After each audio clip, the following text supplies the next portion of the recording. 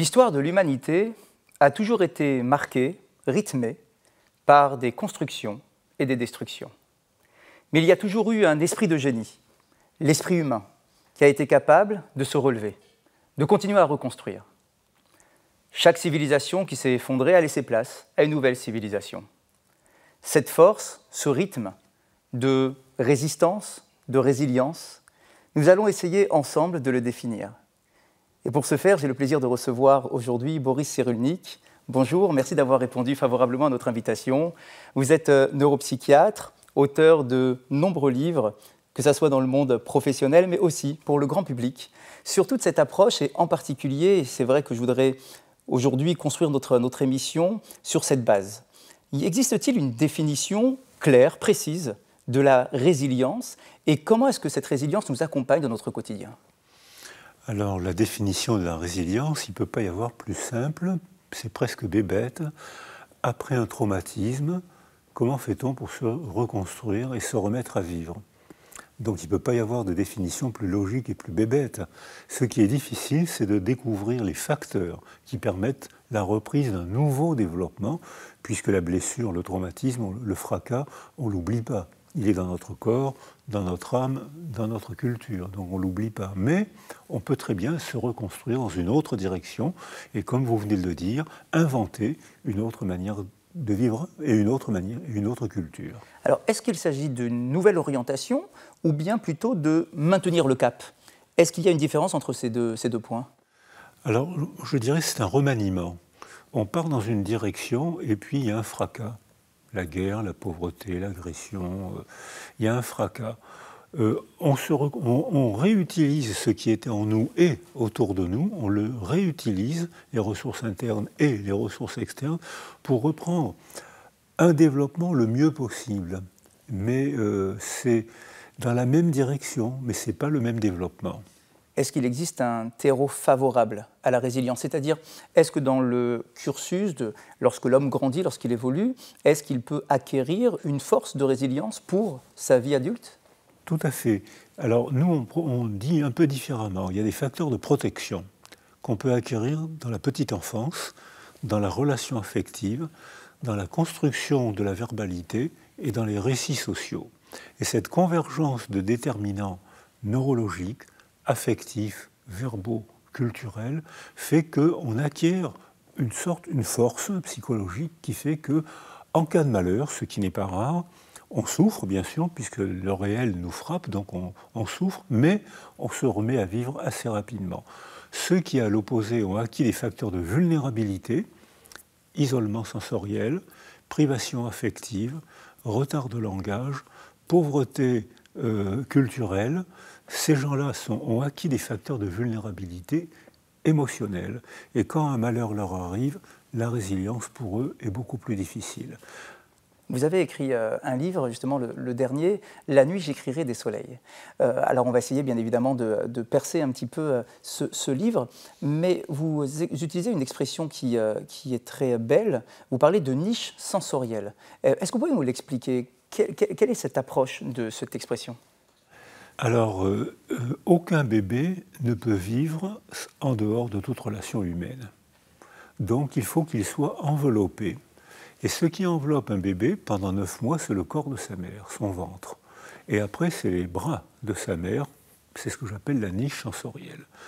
Mais les bras, donc ça compose une manière de toucher, de sourire, de parler, parce que la parole chez un bébé est déjà importante, même s'il ne comprend pas le contenu des mots, il comprend qu'on lui parle, donc pour lui c'est un événement important et ça tisse le lien affectif.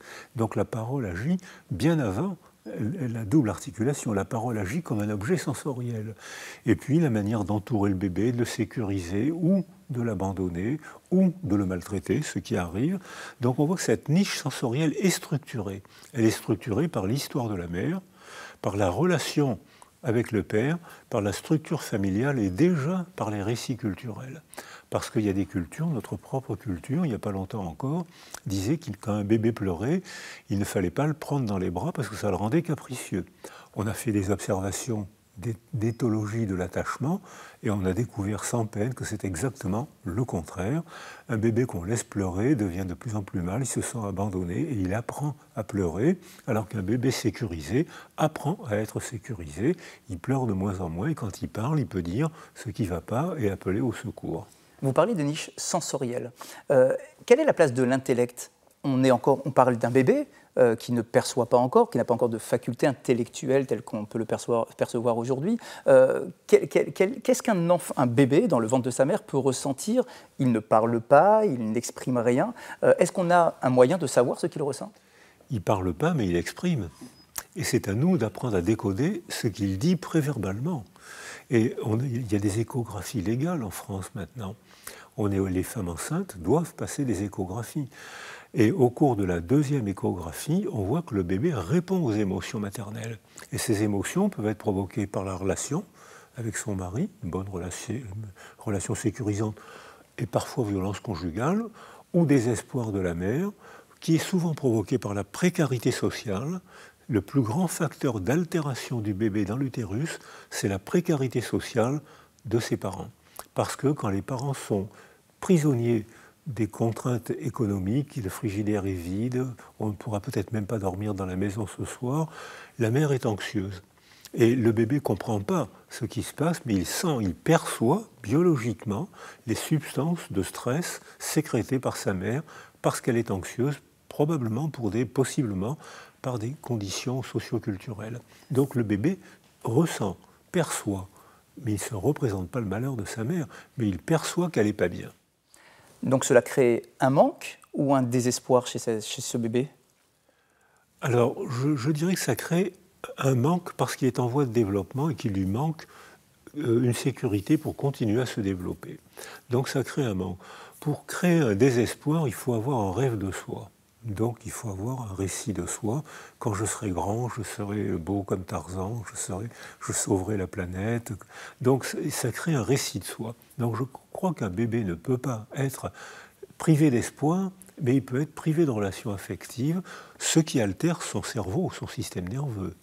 La niche sensorielle dont vous parlez, elle se construit au fur et à mesure de l'évolution de l'enfant. Ça veut dire qu'au début, lorsqu'il est dans le ventre de sa mère, est-ce qu'il a une autre niche que celle de sa mère? Est-ce qu'il a un autre rapport? Est-ce que, par exemple, la place du père, au moment où le fœtus est encore dans le ventre de sa mère, est-ce que le père joue déjà un rôle sur cette construction de niche sensorielle ou il faudra attendre un peu plus tard?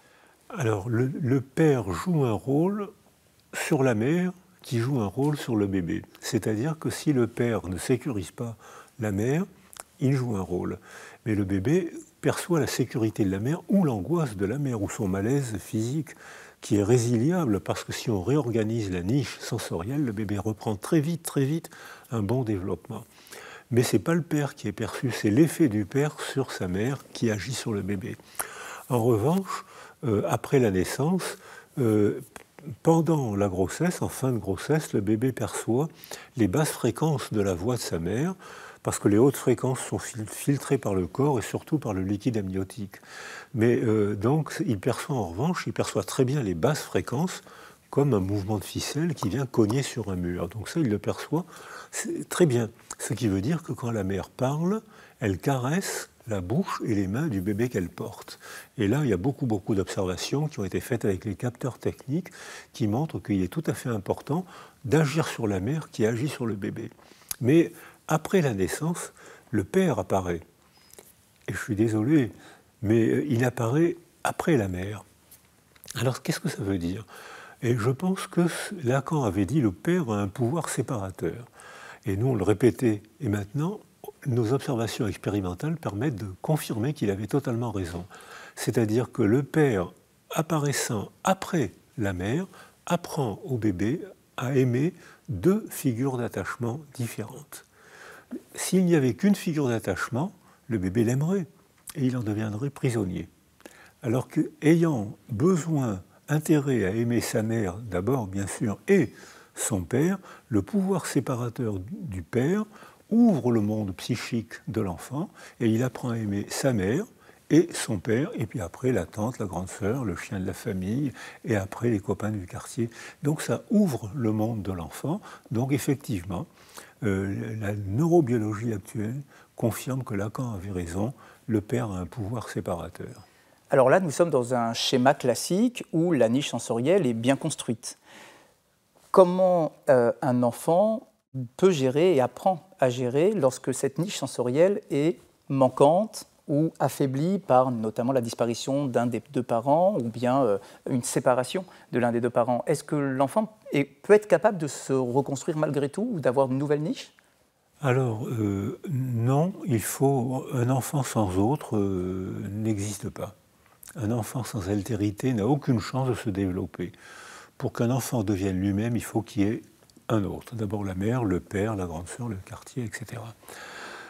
Mais lorsqu'il y a une déchirure, l'enfant souffre, freine ses développements, mais si on réorganise la niche, si on propose un substitut à l'enfant autour de la niche, il reprend un développement résilient, c'est-à-dire un bon développement, mais ce n'est pas celui qu'il aurait eu si le père, la mère s'étaient bien entendus, s'il n'y avait pas eu la guerre, s'il n'y avait pas eu la précarité sociale. Mais c'est un bon développement quand même. Alors nous connaissons le mode de fonctionnement de notre société occidentale.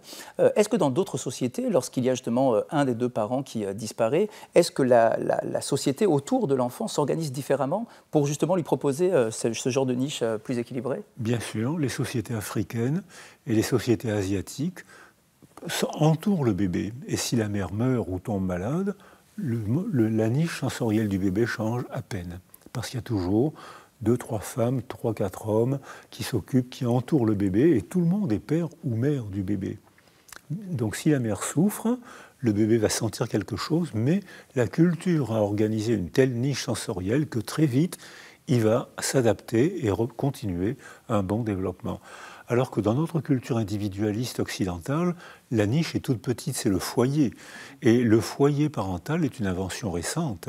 Il existe depuis quelques siècles. Avant, c'était le groupe, c'était le village qui élevait le bébé, l'enfant, et c'est seulement depuis l'industrie, l'ère industrielle, que le foyer, maman, papa et l'enfant, tutorisent le développement de l'enfant. Ce qui fait que si la mère tombe malade ou souffre, ou si le père meurt, ça ne va pas rendre la mère heureuse. Donc la niche sensorielle de l'enfant est très altérée, et là, il n'y a pas de substitut.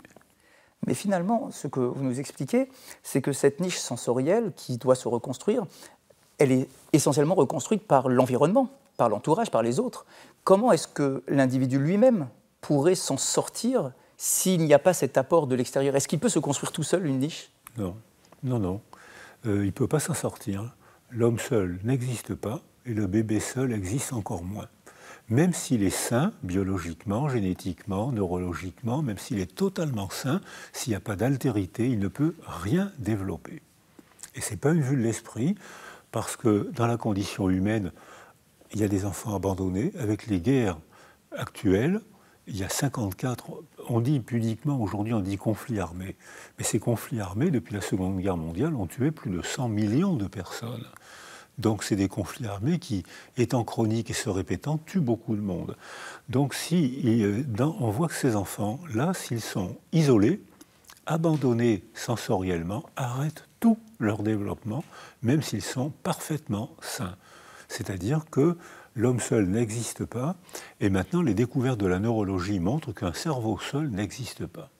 Et là aussi, on peut le calculer, on peut le montrer par des machines? On le photographie, on le mesure, on fait des expérimentations qui le relancent, qui l'éteignent, on voit les zones cérébrales qui fonctionnent. Si vous me parlez gentiment, vous allez augmenter le volume et la consommation d'énergie dans mon circuit limbique, qui est le circuit neurologique des émotions et de la mémoire. Je vais me sentir bien parce que vous me parlez gentiment.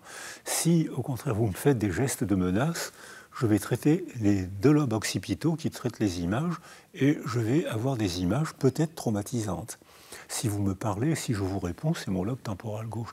On ne voit pas ce que pensent les gens, mais on voit comment fonctionne le cerveau et on sait que si vous me traumatisez, mon cerveau va s'éteindre. Si vous me sécurisez, mon cerveau va se remettre à fonctionner. Ça sera le premier pas vers la résilience. C'est très intéressant, vous me faites penser à un enseignement de nos maîtres dans le Talmud qui affirme qu'à travers la parole que l'on peut adresser à l'autre, on peut donner de la vie à l'autre, ou bien lui retirer la vie. Ça irait vraiment dans ce sens. Le golem, Spinoza, qui a eu des difficultés avec les Juifs, et alors qu'il était juif, Spinoza dit un peu ces choses-là. Et effectivement, je pense que la parole modifie le cerveau. Non, ça donne vie. C'est-à-dire que on voit que les gens qui s'entraînent à élaborer hypertrophient certaines zones cérébrales. La musique, les gens qui écoutent la musique l'entendent surtout avec le lobe temporopariétal droit. Les instrumentistes, c'est surtout la zone de l'hémisphère gauche autour de la zone du langage.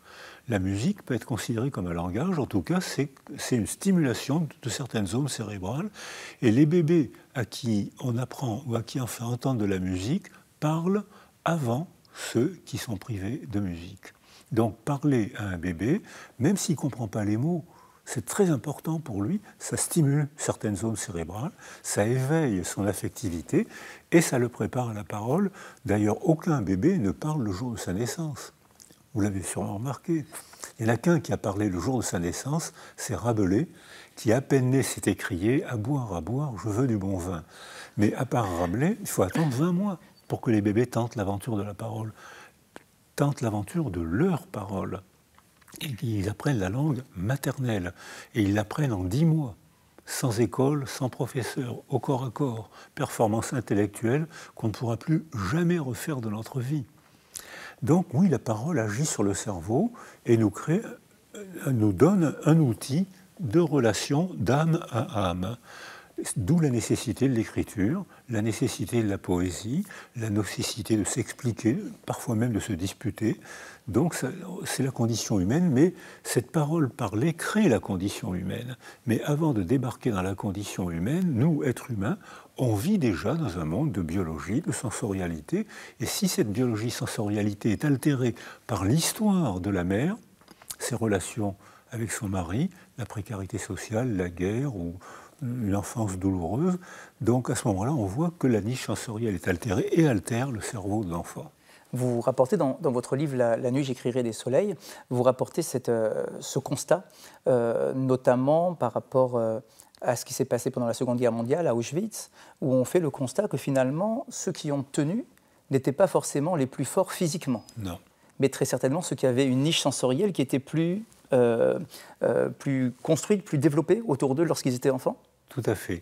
Alors effectivement, ça s'est vu dans les camps japonais, ça s'est vu à Auschwitz, ça se voit dans les conditions écologiques ou sociales difficiles. Ce n'est pas forcément les plus forts physiquement qui tiennent le mieux. Les footballeurs américains dans les camps japonais, ces monstres de muscles, c'était ceux qui tombaient les premiers, parce qu'ils avaient besoin de leurs protéines, de leur entraînement, et dans ce camp, ils ne les avaient pas. Et ceux qui résistaient les mieux, c'était ceux qui avaient une liberté, un monde du dedans, avec de la poésie. Et que Stewart, américain, dans les camps japonais, dit « là, il y avait un monde de liberté que personne ne pouvait me prendre. Je souffre dans le réel. Mais là, dans la représentation du réel, la poésie, je suis mon maître, j'ai ma liberté. » Même phrase à Auschwitz, tout le monde écrivait à Auschwitz. Tout le monde s'était puni de la peine de mort, il n'y avait pas de papier, pas de stylo. Tout le monde écrivait. Pourquoi est-ce que les prisonniers écrivent sur les murs? Pourquoi est-ce que quand on perd quelqu'un, on grave son nom sur une tombe, on écrit quelque chose? Parce que l'écriture permet de le faire vivre encore.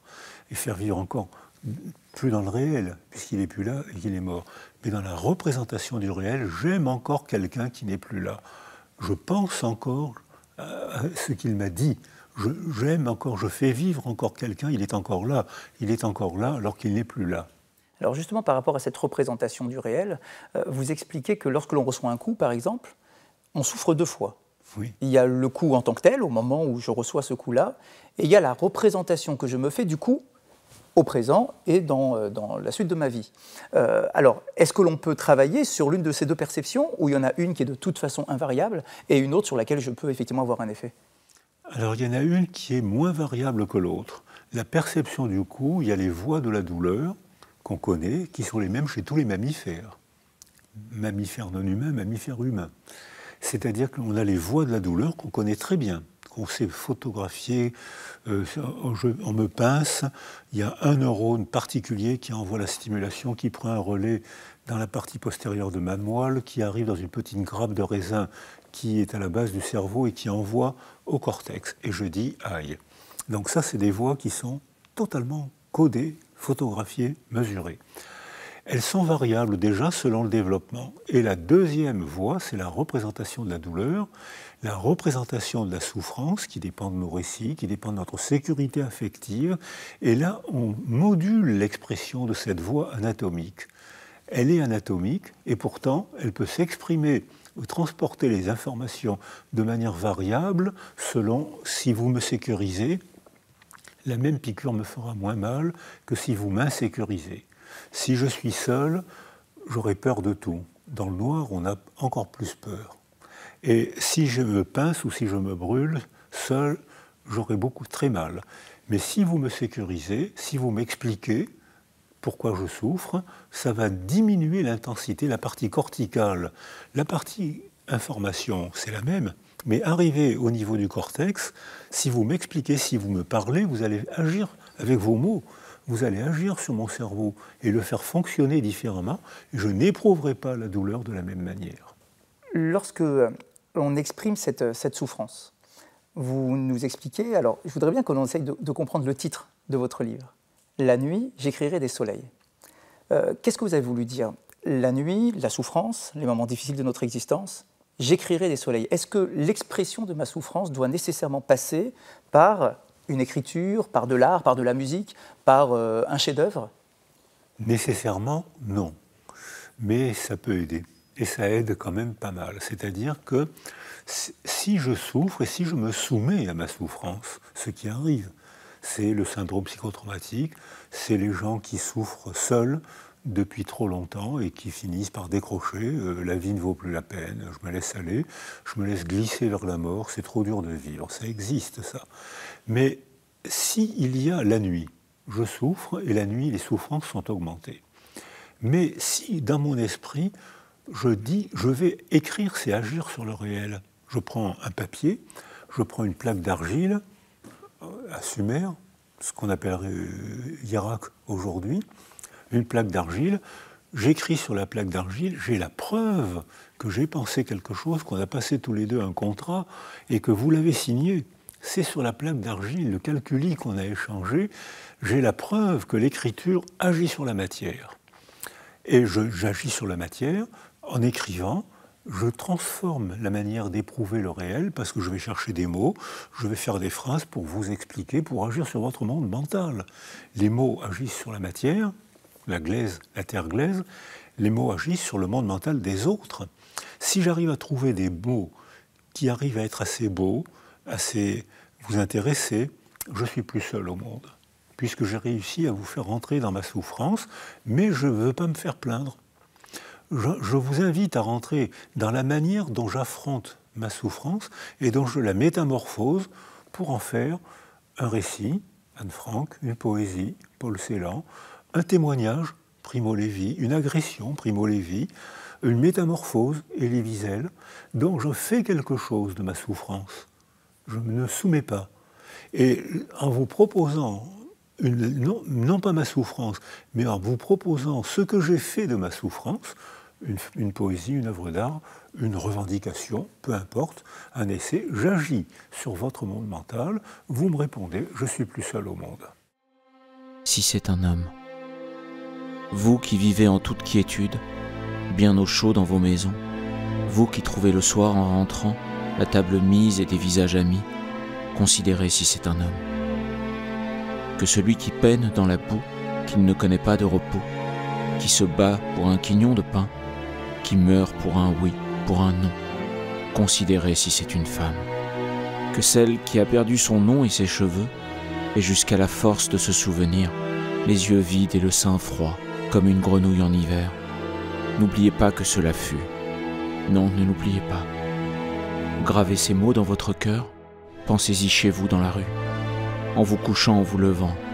Répétez-les à vos enfants. Ou que votre maison s'écroule, que la maladie vous accable, que vos enfants se détournent de vous.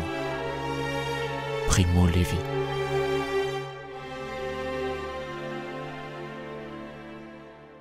Mais cette écriture pourrait nous enfermer nous-mêmes dans ce passé, justement, alors que je voudrais m'en sortir. Tout à fait. Alors, ça dépend comment j'écris. Et l'idée que je vous ai proposée, c'est qu'il fallait que je cherche les mots, les phrases, les images pour agir sur votre monde mental. Mais il y a une écriture qui peut aggraver la souffrance, comme les mots. Les mots sont à la fois des bénédictions autant que des malédictions. Tout dépend comment j'emploie la parole parlée. Or là, dans la parole écrite, si je la métamorphose, je suis fier de moi et vous allez être intéressé, je suis plus seul. En revanche, si je rumine, si je passe mon temps à répéter l'horreur, la même horreur, pourquoi il m'a dit ça? Je renforce le syndrome psychotraumatique, je renforce la mémoire de la souffrance passée. C'est ce qu'a fait Primo Levi. Il écrit lui-même, d'ailleurs, qu'il voulait témoigner pour se venger. Il écrit, alors qu'il avait une intelligence extrême, un talent d'écrivain extrême, mais il se servait de la parole. Quand Si c'est un homme a été traduit en Allemagne, il a dit, pour moi, c'est un livre en Allemagne, c'est un revolver dirigé sur la tête de chaque Allemand. Et il disait, ce que j'ai vu, je veux choisir les moments les plus douloureux, les choses les plus insupportables pour en témoigner. Il fallait qu'il témoigne, bien sûr, mais il a écrit dans Naufragé rescapé, il a écrit « Je suis de plus en plus mal ». Parce qu'il avait aggravé sa souffrance. Cet homme remarquable n'avait pas utilisé l'écriture pour la métamorphoser, pour en faire une poésie, pour en faire une histoire familiale ou pour en faire une réflexion culturelle ou une philosophique. Il avait entretenu la souffrance comme il avait mis son esprit, son âme, sur le tapis roulant de la dépression. Et il s'est probablement suicidé. Donc finalement, on sublime un événement, on le transforme en œuvre d'art, comme vous le dites. Et c'est vrai que dans votre livre, vous nous faites remarquer que parmi les grands écrivains français, de nombreux ont eu des niches sensorielles qui étaient très défaillantes. Oui, alors vous avez employé le mot sublime, parce que c'est un mot qui avait été proposé par Papa Freud, mais qui partait d'une pulsion sexuelle. Il disait la pulsion sexuelle, je ne passe pas à l'acte tout de suite, je la réprime, et cette énergie que j'avais pour la sexualité, je vais l'utiliser pour le détour de l'œuvre d'art. Alors voilà, ça c'était le mot tel que sublime, sublimation, tel que le proposait Freud. Alors c'est vrai que c'est pas moi qui ai fait ça, c'est Hénal, qui était professeur en Suisse, qui avait tenté un recensement des écrivains, pas seulement français, des écrivains qui avaient été orphelins. Et dans Les orphelins mettent le monde, il y a plusieurs pages d'énumération. Alors j'ai choisi quelques noms, mais je n'ai pas voulu recopier toutes les pages, et c'est énorme, énorme. Le nombre d'orphelins, Georges Perec, mon frère d'âme, Georges Perec est hébété, parce que ses parents ont disparu. Ils ne sont pas morts, ils ont disparu, c'est pas pareil. Ils ont disparu. Mon père était là, j'avais 3 ans, dit Georges Perec, pour ma part j'avais 2 ans. Il s'engage dans le régiment de volontaires étrangers, dans l'armée française. Ce qu'a fait mon père. Sa mère était là, elle l'accompagne à la gare de Lyon, elle disparaît. Son père disparaît, sa tante disparaît, ils ne sont pas morts, ils ont disparu. Il est hébété, son monde est vide, la niche sensorielle est vide, mais il a des traces sensorielles imprégnées dans sa mémoire. Les premiers mois de sa vie, il a été bien solidifié, probablement par une mère, un père, une famille qui l'avait bien solidifié. Puis arrive le malheur, 1939, la guerre, puis ensuite la guerre, son monde se disparaît.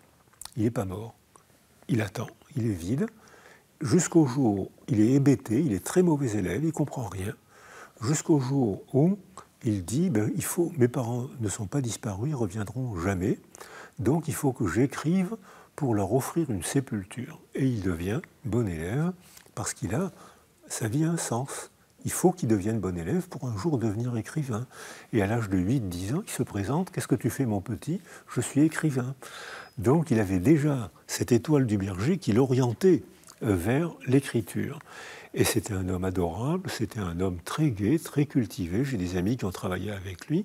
Et il a écrit « La disparition », qui a eu le prix Renaudot, je crois. Et qu'est-ce qui a disparu dans ce livre ? C'est la voyelle « e », qui désigne « eux, mes parents disparus ». Donc on voit que ce vide, ou bien on reste vide, ce qui est arrivé à Perec, ce qui m'est arrivé, ou bien, puisqu'on n'allait pas à l'école, donc, et puis on était hébétés. C'était le vide et la mort, le risque, on savait, le risque de mort. Donc ou bien on reste vide, ou bien on remplit ce vide par une créativité, une œuvre d'art, un film, un roman, une rage de comprendre, une rage d'écrire, et à ce moment-là, notre vie prend sens, il suffit de travailler. Et dans la musique aussi, on peut avoir cette rage. Beethoven, qui a perdu l'ouïe et qui se retrouve à écrire, et lorsqu'il se retourne derrière lui, il voit le public debout en train d'applaudir à tout rompre, parce qu'en réalité, il avait exprimé cette souffrance. Voilà, et il avait compensé cette souffrance. Par exemple, les tambours de Beethoven sont anormalement forts.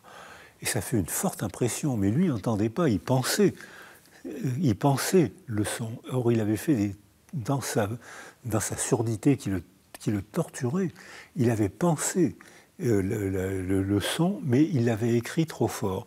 Il n'entend pas les tambours, il n'entend pas la musique, il l'entend dans sa tête, mais pas dans ses oreilles. Et il n'entend pas les applaudissements. C'est quelqu'un qui lui fait signe de se retourner et il voit que la foule est debout en train d'applaudir l'hymne à la gloire. Est-ce que ce thème de résilience vous parle à vous directement ? Est-ce que vous pouvez revenir sur votre propre histoire, bien évidemment, pour en tirer quelque chose, pour nous transmettre quelque chose ? Vous racontez, pendant la Seconde Guerre mondiale, pendant la Shoah, vous êtes caché sous le corps d'une femme mourante pour vous dérober. Qu'est-ce que cela a imprimé en vous ? Alors, j'ai été arrêté, ma famille avait disparu, il n'y avait plus de juifs autour de moi. Les hommes étaient dans l'armée française et les autres étaient déjà à Auschwitz ou dans la résistance. Donc il n'y avait pas de juifs autour de moi.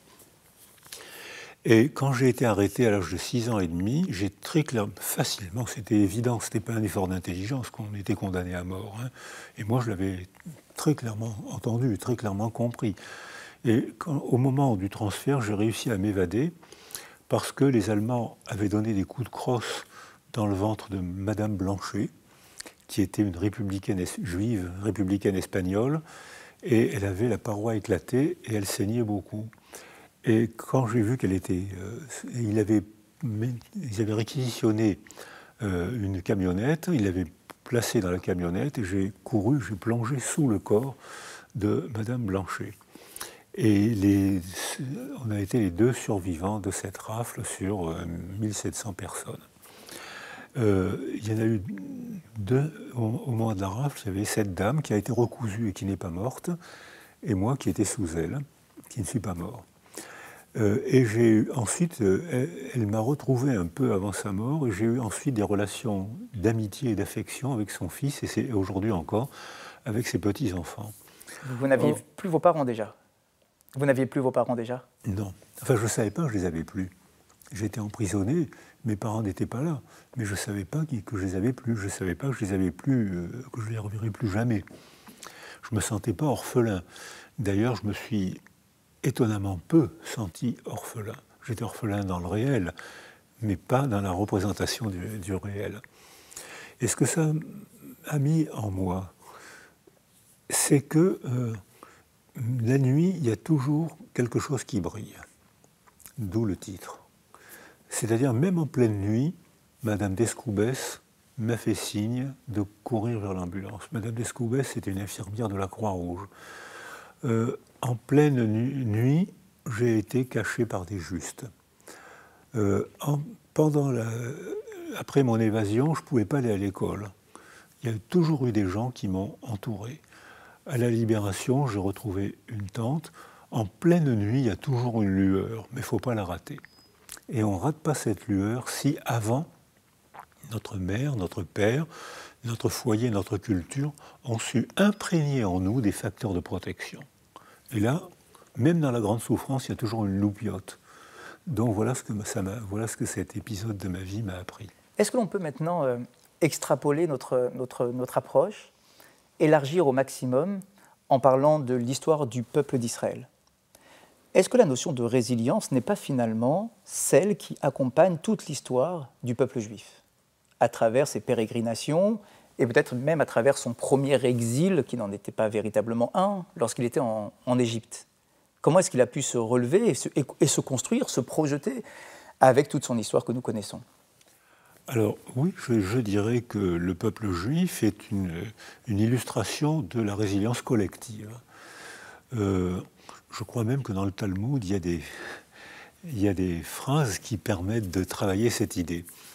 Mais je pense que beaucoup d'autres peuples peuvent dire ça aussi, parce que la souffrance fait partie de la condition humaine et de la construction sociale. Mais les Juifs sont peut-être médailles d'or des difficultés.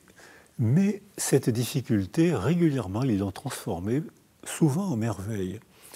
Comme ils n'avaient pas le droit d'avoir de terre, comme ils n'avaient pas le droit d'avoir de biens et d'employés chrétiens, ils étaient invités fortement, contraints au métier de la tête, au métier de la banque, au métier des langues, au métier des voyages, au métier de la médecine, au métier de la musique, au métier de la philosophie. Et quand l'ère industrielle s'est développée, 18e, 19e siècle, ils avaient toutes les armes pour s'épanouir. Donc je pense que, et ça s'est produit très souvent, alors c'est peut-être pas, la sortie d'Égypte est peut-être pas réelle, mais quand même, l'architecture qui est aussi une écriture, le peuple juif a quitté l'architecture pyramidale, et dès qu'ils ont construit des villes, c'était des villes avec une porte d'entrée et des maisons autour d'une place. Les premières cités de juifs, l'architecture juive racontait une autre manière de vivre en société. C'était plus pyramidal, c'était collectif, avec un endroit, une espace de rencontre. Même raisonnement pour la littérature, même raisonnement pour la philosophie. C'est-à-dire qu'il y a une manière de vivre qui fait en même temps peut-être la force du peuple juif, même si d'autres peuples connaissent ça aussi, hein, c'est la solidarité, la fièvre affective que j'éprouve quand je vais dans un milieu juif. Alors c'est affectif, ce qui est bien agréable, mais c'est parfois fiévreux. Mais ça fait partie, comme dans les familles finalement. Dans les familles, on a cette fièvre affective, on s'aime, et puis parfois on n'est pas d'accord, et on s'aime et on se dispute. Eh bien, je retrouve ça finalement dans le peuple juif, dans les groupes juifs. J'aime pas trop parler l'expression communauté juive, parce qu'il y a tellement de manières différentes d'être juif que j'aime bien parler de judéité et de peuple juif, mais pas de communauté, ou alors au pluriel. Et on retrouve également l'idée de l'écriture, l'expression de l'écriture, parce que c'est tout de même intéressant de remarquer que le Talmud de Babylonie a été écrit, comme son nom l'indique, en Babylonie, c'est-à-dire en période d'exil, en période noire, en pleine nuit. Écrire un soleil en pleine nuit, c'est-à-dire un texte qui va nous accompagner, qui va codifier, mais pas simplement, ce n'est pas simplement un code de loi, le Talmud, c'est également un mode de raisonnement qui va être proposé, peut-être pour sublimer aussi cet exil dans lequel nous étions plongés. Pour créer un monde, dès l'instant où on fait parler les mots, parce que les mots ne désignent pas que des choses. Les mots désignent une direction, un halo affectif, puis un halo sémantique. Les mots ne sont pas rigides, ce n'est pas des choses. Les mots sont des objets qui désignent un morceau de monde, ce n'est pas des choses inertes, sans étendue, sans substance. On fait parler les mots, et on fait parler les mots parlés. Il faut les commenter, il faut les interpréter. Alors là, les Juifs sont doués pour ça. La Torah n'est rien d'autre qu'une interprétation sans cesse renouvelée. Voilà. D'ailleurs, on n'a jamais voulu fermer les portes de la sagesse dans la tradition juive. On les laisse ouvertes, grandes ouvertes, pour que chacun puisse y interpréter, y donner sa lecture avec son histoire, avec sa niche sensorielle, avec ce qu'il est au plus profond. Voilà, et le mot interprétation, c'est ce qui donne vie à l'objet. C'est-à-dire que si on n'interprète pas la partition, il n'y a pas de musique. Donc pour éprouver la beauté de la musique, il faut qu'il y ait un auteur qui fasse des notes, une convention, la convention des mots parlés, mots écrits, notes musicales. Il faut qu'il y ait un musicien et que chaque musicien interprète, c'est-à-dire donne vie à ce qui est écrit. Donc ça permet aussi d'éviter le dogmatisme, ça. Donc ça permet d'évoluer. Et si le contexte change, si notre histoire change, si nos rencontres nous modifient, on interprétera un peu différemment, d'où la richesse du monde intime juif et d'où aussi l'aptitude à la dispute. Je voudrais échanger avec vous sur un texte de l'Office que nous récitons tous les jours. Nous affirmons que Dieu a fait sortir son peuple d'Égypte pour une éternité éternelle, les Cherut Olam. Nos commentateurs se posent la question, comment parler de liberté éternelle lorsque nous avons quitté l'Égypte, alors que nous savons que malheureusement l'histoire du peuple d'Israël et du peuple juif a été rythmée par bien d'autres exils tout au long de son histoire. Comment parler de liberté éternelle et comment s'attacher encore jusqu'à aujourd'hui dans nos prières, dans nos offices, à cette expression-là, alors qu'il y a toujours un exil qui est en cours, qui n'est toujours pas terminé d'ailleurs jusqu'à l'arrivée du Mashiach, du Messie. Quelle est cette liberté éternelle finalement? Est-ce qu'il est dans notre esprit? Alors, vous avez fait tout à l'heure un lapsus intéressant, hein. Vous avez parlé d'éternité éternelle, ce qu'on peut accepter. Alors effectivement, liberté éternelle, moi je comprends ça de ça. C'est-à-dire qu'on peut avoir des petites libertés. Les prisonniers, ils sont dans mon livre, je parle du goût de l'emprisonnement de Jean Genet, de Rimbaud.